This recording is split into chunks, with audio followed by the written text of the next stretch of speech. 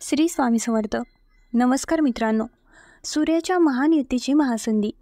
वैश्विक संकट 4 राशींवर घोंगावत आहे. 15 मे 2025ची रात्र अशी आहे जेव्हा आकाशातील ग्रहांची हालचाल एक अद्भुत पण चिंताजनक संकेत देईल. दुपारी 12:20 वाजता सूर्य वृषभ राशीच्या सीमा ओलांडेल तेव्हा एका अदृश्य वैश्विक खेळाला सुरुवात होईल. मीन राशीत वक्री स्थितीत बसलेले शनिदेव त्यांची तिसरी दृष्टी सूर्यावर केंद्रित करतील. ज्योतिषशास्त्राच्या गूढ रहस्यांनुसार शनीची ही बाजू कोणत्याही ग्रहांसाठी शुभ मानली जात नाही आणि जेव्हा ही बाजू त्यांच्या पालक सूर्यावर येते तेव्हा त्याचे परिणाम आणखीन गूढ आणि गहन होतात. हे केवळ 2 ग्रहांचे दर्शन नाही तर आत्मा आणि कर्माचा सामना आहे. जेव्हा शनी आणि सूर्याची ही प्रतिकूल ऊर्जा विश्वातून प्रसारित होते तेव्हा काही राशींच्या धोरणांमध्ये संघर्ष, परीक्षा आणि बदलाच्या लाटा निर्माण होऊ लागतात. यावेळी या वैश्विक शापाचा 4 राशींवर विशेष परिणाम होणार आहे. या संक्रमणाच्या प्रभावामुळे 4 राशींना विशेष जागरूकतेची आवश्यकता असेल, कारण शनीचा तिसरा दृष्टिकोन त्यांच्या जीवनात तणाव, संघर्ष आणि मानसिक गोंधळाची छाया टाकू शकतो. कामात अनपेक्षित अडथळे येऊ शकतात. तुमच्या मनात प्रतिष्ठेबद्दल असुरक्षितता निर्माण होऊ शकते आणि कौटुंबिक किंवा व्यावसायिक आघाडीवर काही कठीण निर्णय घ्यावे लागू शकतात. पण लक्षात ठेवा, संकटे दार ठोठावतात जिथे काहीतरी नवीन जन्माला येण्याची वाट पाहत असते. या ग्रहांच्या संयोगाची सर्वात गहन गोष्ट म्हणजे त्याचा तुमच्या मानसिक संतुलनावर आणि निर्णय घेण्याच्या क्षमतेवर थेट परिणाम होईल. या काळात बरेच लोक त्यांच्या मार्गाबद्दल गोंधळलेले असू शकतात. काहींना स्वतःच्या पावलांवर शंका येईल, मी योग्य मार्गावर आहे का? त्याच वेळी काही लोक जुन्या अपूर्ण ध्येयांकडे परत येऊ शकतात आणि काहींना भूतकाळातील चूक वर्तमानावर परिणाम करत असल्याचे दिसेल. या काळात नातेसंबंधांच्या सत्यतेचीही चाचणी घेतली जाईल. विश्वास आणि प्रेमावर आधारित नातेसंबंध आणखी मजबूत होतील, पण जे फक्त भ्रम किंवा स्वार्थावर आधारित आहेत ते स्वतःच तुटतील. तर प्रिय प्रेक्षकांनो, व्हिडिओमध्ये पुढे जाण्यापूर्वी जर तुम्हाला शनी आणि सूर्याचे आशीर्वाद तुमच्यावर हवेत असे वाटत असेल तर कमेंट बॉक्समध्ये खऱ्या मनाने लिहा, जय शनी महाराज, जय सूर्य भगवान. आणि जर तुम्ही अजून आमच्या चॅनलला सबस्क्राईब केले नसेल तर लगेचच सबस्क्राईब करा, जेणेकरून अशी दिव्य आणि महत्त्वाची माहिती तुमच्यापर्यंत वेळेवर पोहोचत राहील. तसेच या व्हिडिओला लाईक करा आणि तुमच्या कुटुंब आणि मित्रांसोबत शेअर करा. वृषभ राशीच्या व्यक्तींसाठी सूर्याचे हे भ्रमण सावधगिरीचे चिन्ह म्हणून उदयास येईल. या काळात तुमच्या स्वभावात अवांछित तीव्रता किंवा आक्रमकता दिसून येते, जी तुमच्या वैयक्तिक आणि व्यावसायिक संबंधांना बिघडू शकते. कामाच्या ठिकाणी परिस्थिती प्रतिकूल होऊ शकते, म्हणून संयम आणि परिपक्वता ही तुमची सर्वात मोठी ढाल असेल. कोणत्याही संवेदनशील विषयांवर बोलण्यापूर्वी दीर्घ श्वास घ्या. ज्या लोकांशी मतभेद होण्याची शक्यता आहे त्यांच्यापासून योग्य अंतर राखणे शहाणपणाचे ठरेल. अन्यथा लहान संघर्ष मोठ्या गुंतागुंतीत बदलू शकतात. यावेळी रागावर नियंत्रण ठेवणे आणि शब्दांमध्ये गोडवा राखणे खूप महत्त्वाचे आहे. आरोग्याच्या बाबतीत जर काही जुनी समस्या चालू असेल तर त्याकडे दुर्लक्ष करू नका. जीवनशैलीत नियमित तपासणी आणि शिस्त आता तुमच्यासाठी अनिवार्य झाली आहे. या संक्रमण काळात तुम्हाला तुमचा आत्मविश्वास कायम ठेवावा लागेल. परिस्थिती कितीही आव्हानात्मक असली तरी तुमचा आत्मविश्वास हीच किल्ली आहे जी प्रत्येक कुलूप उघडू शकते. काही दीर्घकाळ प्रलंबित कामे आता पूर्णत्वाकडे वाटचाल करू शकतात, पण यासाठी सतत प्रयत्न आणि मानसिक संतुलन आवश्यक असेल. व्यवसायात गुंतलेल्या लोकांनी भागीदारीच्या बाबतीत स्पष्टता राखली पाहिजे. कोणत्याही कागदपत्रावर स्वाक्षरी करण्यापूर्वी प्रत्येक मुद्दा पूर्णपणे समजून घेणे महत्त्वाचे आहे, कारण सध्या फसवणूक किंवा गोंधळ होण्याची शक्यता नाकारता येत नाही. विद्यार्थ्यांना अभ्यासावर लक्ष केंद्रित करण्यासाठी थोडे जास्त काम करावे लागू शकते, पण जर तुम्ही तुमचा वेळ योग्यरित्या व्यवस्थापित केला आणि निरुपयोगी गोष्टींपासून दूर राहिलात तर यश निश्चित आहे. स्पर्धा परीक्षांची तयारी करणाऱ्या तरुणांना यावेळी थोडे अधिक समर्पण आणि शिस्त दाखवावी लागेल, पण निकाल तुमच्या कठोर परिश्रमांना पूर्णपणे मान देईल. कौटुंबिक वातावरणातही शांतता राखणे महत्त्वाचे असेल. एखाद्या सदस्यासोबत वैचारिक संघर्ष असू शकतो. हे संयम आणि प्रेमाने सोडवणे शहाणपणाचे ठरेल. तुमच्या जोडीदाराशी बोलताना काळजी घ्या, कारण एक छोटीशी गोष्ट देखील मोठ्या वादात बदलू शकते. नंबर 2, मकर राशींसाठी सूर्याचे हे संक्रमण आत्मनियंत्रण आणि विवेकाची परीक्षा घेण्यासारखे ठरू शकते. या काळात छोट्या छोट्या गोष्टींवरून चिडचिड होणे किंवा घाईघाईने निर्णय घेणे तुम्हाला अडचणीत आणू शकते. राग किंवा उत्तेजना निर्माण करणाऱ्या परिस्थितीत प्रतिक्रिया देण्यापूर्वी स्वतःला थोडा वेळ द्या, कारण तुम्ही काय बोलता आणि तुम्ही घेतलेले निर्णय तुमच्या नातेसंबंधांवर आणि सामाजिक प्रतिष्ठेवर परिणाम करू शकतात.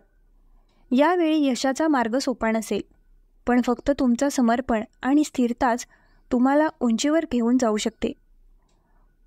पूर्वनियोजनाशिवाय कोणत्याही कामात उडी मारणे हानिकारक ठरू शकते, म्हणून प्रत्येक पाऊल विचारपूर्वक आणि धोरणात्मकपणे उचला. आर्थिक बाबींमध्ये विशेष दक्षता घेणे आवश्यक आहे. जलद नफ्याची इच्छा किंवा अज्ञात स्रोतांकडून पैसे गुंतवण्याचा विचार यामुळे नुकसान होऊ शकते. यावेळी सट्टेबाजी, शेअर बाजार किंवा धोकादायक गुंतवणुकीपासून दूर राहणे चांगले. तुमची बचत सुरक्षित आणि दीर्घकालीन योजनांमध्ये गुंतवणे शहाणपणाचे ठरेल.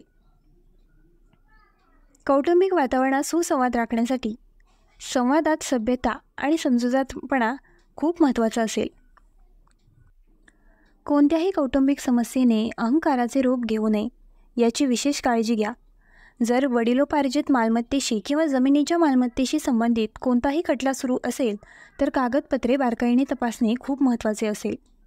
या संक्रमण काळात तुमची निर्णय घेण्याची क्षमता आणि काम करण्याची पद्धत याची चाचणी घेतली जाईल. तुम्हाला प्रत्येक परिस्थितीत संतुलन आणि स्पष्टता राखावी लागेल. कामाच्या ठिकाणी काही लोक तुमच्या प्रगतीमुळे अस्वस्थ होऊ शकतात आणि पडद्यामागे युक्त्या खेळू लागतात. पण जर तुम्ही तुमच्या कर्तव्यावर लक्ष केंद्रित केले आणि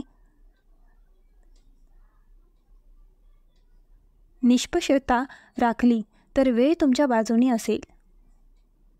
नोकरी करणाऱ्या लोकांसाठी हा काळ नवीन जबाबदाऱ्यांनी भरलेला असू शकतो. तथापि तुमची भविष्यातील प्रगती या जबाबदाऱ्यांमध्ये लपलेली आहे. कामाबद्दलची तुमची निष्ठा आणि समर्पण तुमच्या वरिष्ठांना प्रभावित करू शकते. विशेषतः जे लोक प्रशासकीय किंवा सरकारी सेवेशी संबंधित आहेत त्यांना खूप काळजीपूर्वक पावले उचलावी लागतील, कारण एक छोटीशी चूक देखील मोठी कारवाई करू शकते. नंबर 3, मिथुन राशीच्या लोकांसाठी सूर्याचे हे भ्रमण आव्हाने आणि शक्यतांचे दरवाजे एकाच वेळी उघडत आहेत. या काळात तुमचा दैनंदिन दिनक्रम खूपच व्यस्त असणार आहे. सतत धावपळ आणि जबाबदाऱ्यांचा दबाव यामुळे मानसिक थकवा येऊ शकतो. कामाच्या ठिकाणी तुम्हाला प्रत्येक निर्णय खूप विचारपूर्वक घ्यावा लागेल, कारण एका छोट्याशा चुकीमुळेही मोठे परिणाम होऊ शकतात. वेळेचे महत्त्व समजून घ्या आणि शिस्तबद्ध दिनचर्याला तुमचे सर्वात मोठे शस्त्र बनवा. आरोग्याच्या दृष्टीनेही हा काळ थोडा संवेदनशील असू शकतो. थकवा, झोपेची कमतरता आणि जुनी समस्या पुन्हा उद्भवू शकते, जी तुमच्या कार्यक्षमतेवर परिणाम करू शकते. म्हणून तुमच्या शरीराला आणि मनाला पुरेसा विश्रांती द्या आणि स्वतःला प्राधान्य द्या. यावेळी इतरांच्या शब्दांवर आंधळेपणाने विश्वास ठेवणे हानिकारक ठरू शकते. एखाद्याच्या गोड बोलण्याच्या प्रभावाखाली मोठे पाऊल उचलल्याने नंतर पश्चाताप होऊ शकतो. पारदर्शकता आणि स्पष्ट संवाद आवश्यक असेल, विशेषतः वैयक्तिक आणि व्यावसायिक संबंधांमध्ये. अन्यथा गोंधळामुळे ताण येऊ शकतो. आर्थिक बाबींमध्येही सावधगिरी बाळगणे आवश्यक आहे.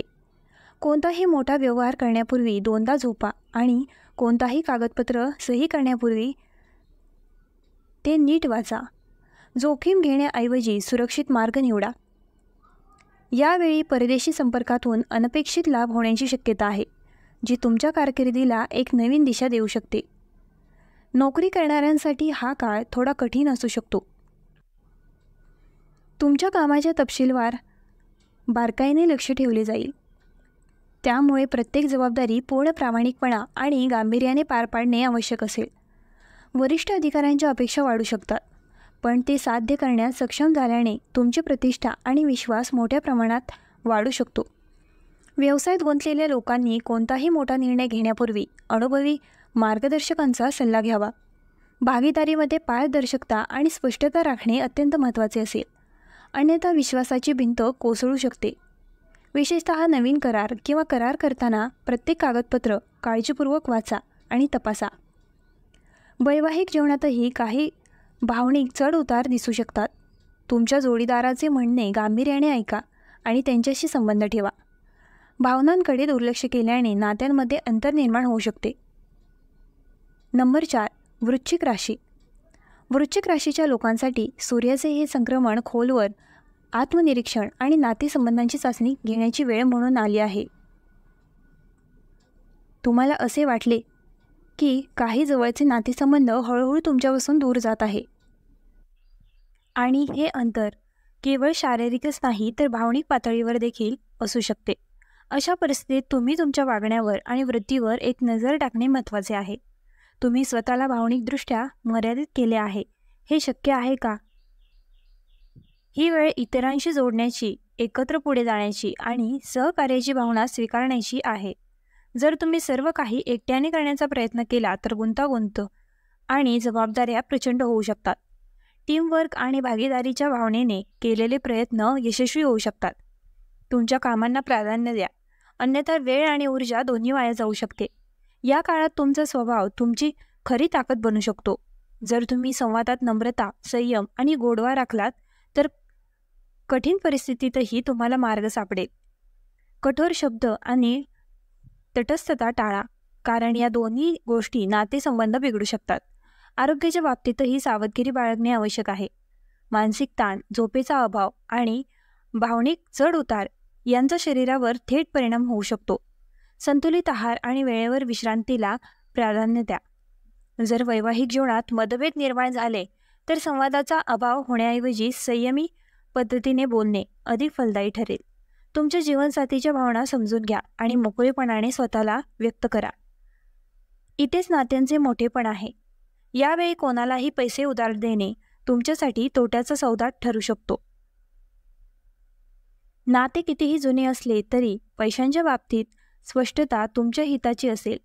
परिस्थिती तुमच्या बाजूने नसली तरी आत्मविश्वास राखणे ही तुमची खरी ताकद असेल. यावेळी तुमची ऊर्जा थोडी असंतुलित असू शकते. कधीकधी अत्यंत उत्साहाची तर कधीकधी निराशेची परिस्थिती उद्भवू शकते. या चढ उतारांमध्ये संतुलन राखण्यासाठी ध्यान, योग आणि शिस्तबद्ध जीवनशैलीचा अवलंब करणे अत्यंत फायदेशीर ठरेल. जे लोक करिअर बदलण्याचा विचार करत आहेत किंवा नवीन प्रकल्पावर काम सुरू करू इच्छितात त्यांच्यासाठी ही वेळ थांबून नियोजन करण्याची आहे. घाईमुळे नुकसान होऊ शकते. ठोस अनुभव आणि शहाणपणाचे निर्णय दीर्घकाळात चांगले परिणाम देतील. भागीदारीत काम करणाऱ्या लोकांसाठी हा पारदर्शकता आणि खुल्या संवादाचा काळ आहे. मनात मतभेद ठेवल्याने तणाव वाढू शकतो, म्हणून संभाषण चालू ठेवा आणि सर्व काही स्पष्ट करा. संशोधन, उच्च शिक्षण किंवा चांगल्या विषयांमध्ये गुंतलेल्यांसाठी हे संक्रमण नवीन दिशा आणि खोली शोधण्याचे माध्यम बनू शकते. लक्षात ठेवा की प्रत्येक आव्हान एक लपलेली संधी घेऊन येते आणि हा काळ तुम्हाला आतून प्रौढ आणि मजबूत बनवण्याच्या प्रक्रियेचा एक भाग आहे. संयम, विवेक आणि आंतरिक शक्तीच्या बळावर तुम्ही या सेवेला सुवर्ण वळण देऊ शकता. व्हिडिओ आवडला असल्यास आपल्या ग्लो मराठी चॅनलला लाईक, शेअर आणि सबस्क्राईब करायला विसरू नका.